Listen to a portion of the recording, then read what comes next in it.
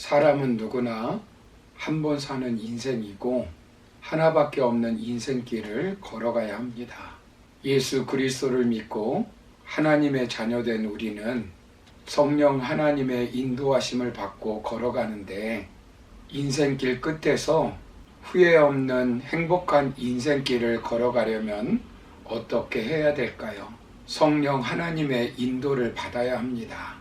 로마서 8장 14절 16절을 보시면 무릇 하나님의 영으로 인도함을 받는 사람은 곧 하나님의 아들이라 성령이 친히 우리의 영과 더불어 우리가 하나님의 자녀인 것을 증언하시나니라고 말씀합니다.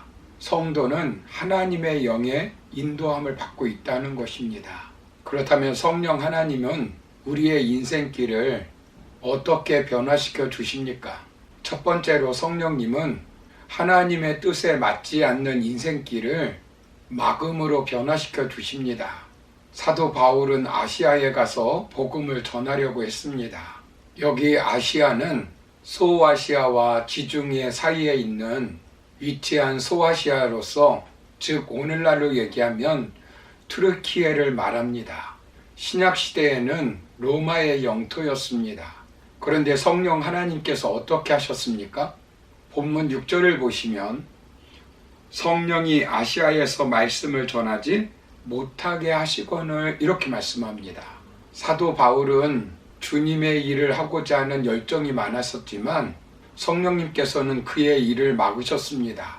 이때 성령님께서 사도 바울에게 어떤 방법으로 가지 못하도록 말씀하셨습니까?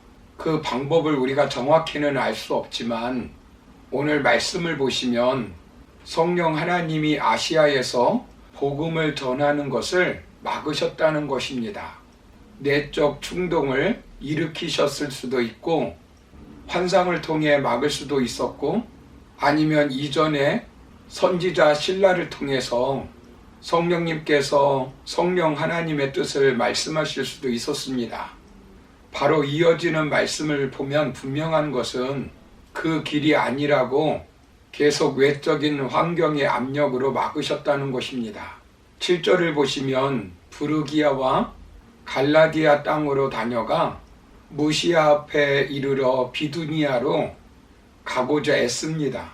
소아시아에 있는 부르기아와 갈라디아 지역에서도 무시아에서도 비두니아에서도 아무리 애써도 안 되는 것입니다. 여기 애쓰다라고 하는 말은 최선을 다했다는 말입니다. 그러나 아무 성과가 없는 것입니다.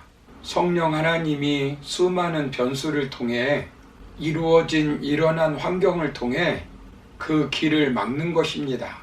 세상 일은 우연처럼 보이지만 다 하나님의 섭리 가운데 있는 것입니다.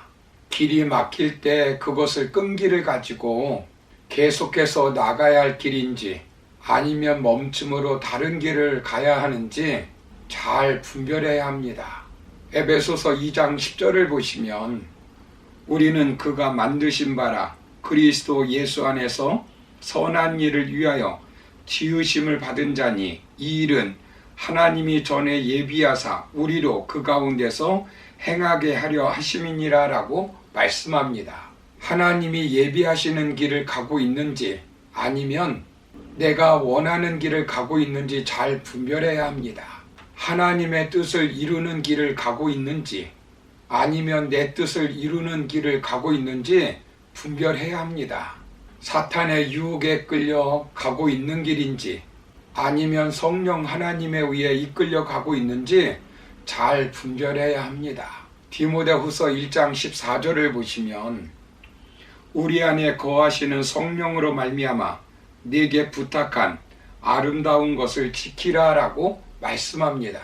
말씀을 떠난 비성경적, 비이성적, 비인격적, 비도덕적, 비양심적으로 나아가고 있다면 그 길은 성령 하나님이 인도하시는 길이 아닙니다. 사도 바울이 전도 여행을 떠날 때 사도행전 13장 2절에서 이렇게 말씀합니다. 성령이 이르시되 내가 불러 시키는 일을 위하여 바나바와 사울을 따로 세우라 하시니라고 말씀합니다. 바울을 보낼 때 그냥 보낸 것이 아닙니다. 사도행전 13장 4절을 보시면 성령의 보내심을 받아라고 말씀합니다. 그리고 갈라디아서 5장 25절을 보시면 성령으로 행하라라고 말씀하고 있는데, 성령을 쫓아 행하지 않는 것은 계속 막으면 멈춰야 합니다. 성령으로 인도되는 길인지, 성령님과 함께하는 길인지, 성령님으로 사는 길인지를 살펴보아야 합니다. 성령님의 인도와 통제 아래 온전하고 계속적으로 가는 길인지를 살펴보아야 합니다. 성령 하나님의 사역은 거룩한 사역이고 인격적 사역이며 초논리적, 초이성적인 사역이지만 비논리적, 비양심적, 비이성적인 사역은 아닙니다. 성령 하나님은 지혜의 영이시기 때문에 지혜로운 사역이며 하나님의 영광을 드러내는 사역입니다. 성령님의 인도는 도덕적 결정을 해주시도록 교훈으로 인도해 주시고, 하나님의 섭리의 인도로 사람이 일정한 길로 갈 수 있도록 하나님께서 조정해 주시는 것입니다. 도덕적 인도를 가는 것은 그렇게 어렵지 않습니다. 섭리적 인도는 하나님의 지혜가 필요합니다. 바울에게 이 일이 있기 전에 무슨 일이 있었습니까? 사도행전 15장을 보시면 바나바와 마가 문제로 크게 다투었습니다. 1차 전도 여행 때 마가가 힘들다고 도망을 갔습니다. 그런데 2차 전도 여행을 가려고 하는데 바나바는 자기의 친척인 마가를 데려가려고 했습니다.